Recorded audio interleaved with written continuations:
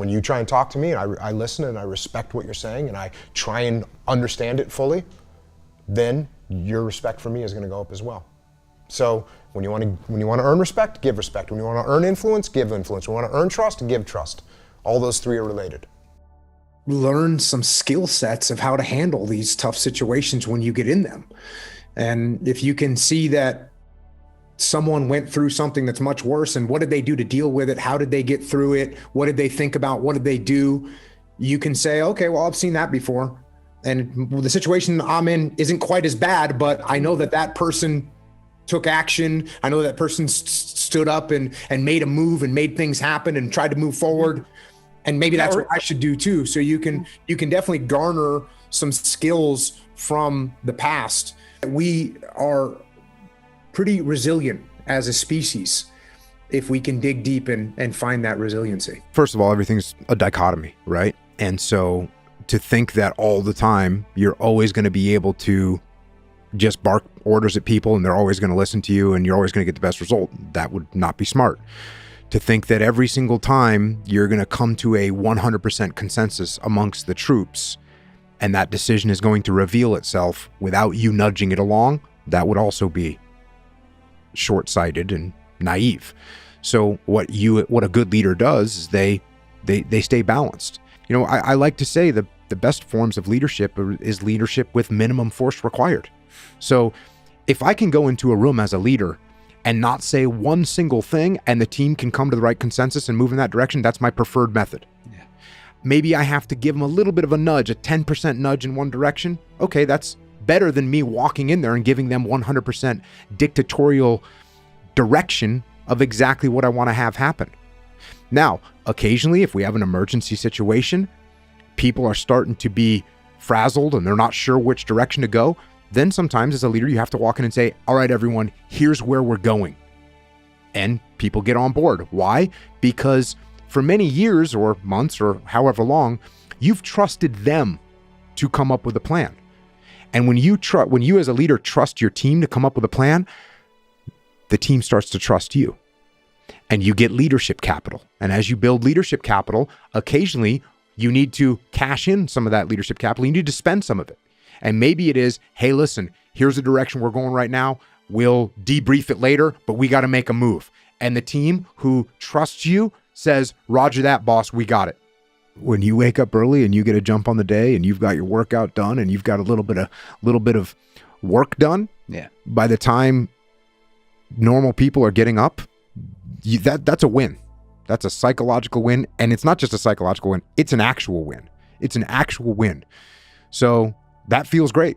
It doesn't feel great maybe when your alarm clock goes off, but by 8 o'clock in the morning and you've already accomplished some of the major tasks that you have, some of the most painful tasks that you have for the day, you're off to a great start and it's going to feel great.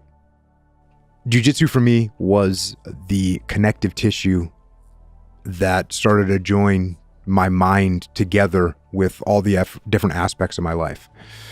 And so Jiu-Jitsu for me was really important, and I don't think I would be doing anything that I'm doing right now if it wasn't for Jiu-Jitsu.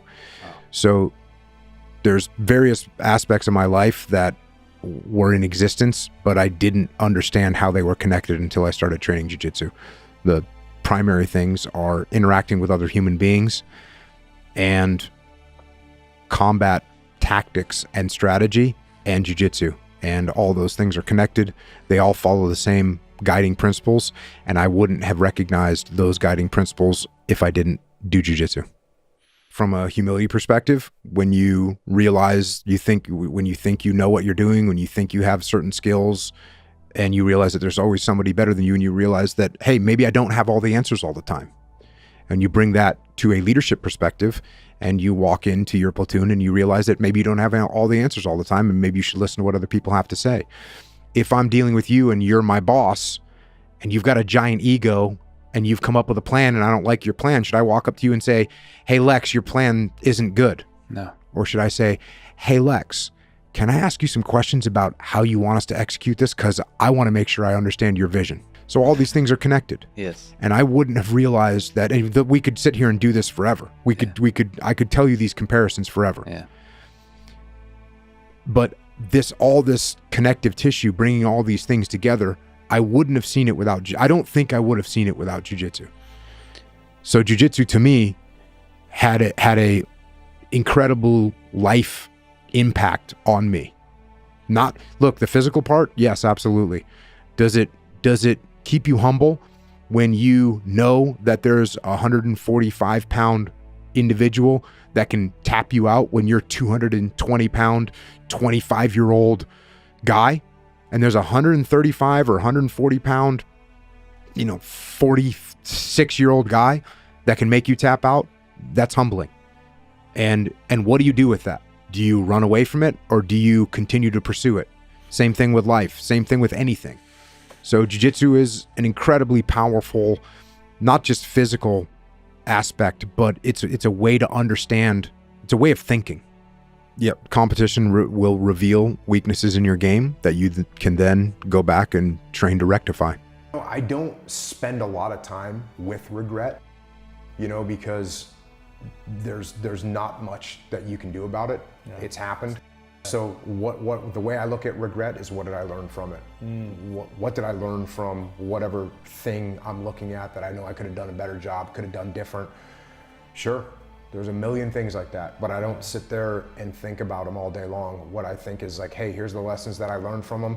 I won't make those mistakes again, and move forward. The book is called The Dichotomy of Leadership. And what's interesting about this book, so the dichotomy of leadership is like, you can't be extreme in one direction or the other, right? You can't be, if you're in a leadership position, you can't talk all the time, right? Obviously, as a boss, you need to communicate, you need to talk to your people. But if you talk too much, guess what happens? People stop listening to you. You're putting out too much information. They don't know what's important and what's not. So that's bad. You can't go too far in that direction. The other direction is you can't not talk enough, and now no one knows what's going on, no one knows what's happening. So you have to be balanced, and that's the whole idea of the dichotomy of leadership. Feedback is how you get better. No feedback, no improvement. So if you're not humble, you're not looking for feedback, and you're not listening to it. So if you think you know everything, you're not listening, you're definitely not asking for it, and even when it gets told to you, you don't listen to it. So feedback is built upon being humble. What you do is, when somebody gives you feedback, you listen to it. This is like, just the other day we have a leadership event that we do 2 or 3 times a year. But the thing that I was telling this group of people was, as a leader, you should be listening 98% of the time and talking 2% of the time. If you want to make progress in your life, you got to have discipline. That's how you get there. Discipline is the root of all good qualities. What are you going to get without discipline? Are you going to be in good physical shape without discipline?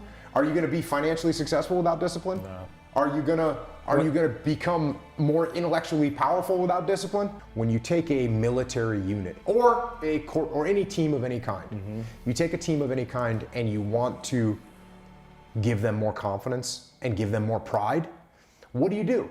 You put them in challenging situations that require them to come together and be disciplined as a team, and then they become stronger and they become better and they develop pride and confidence.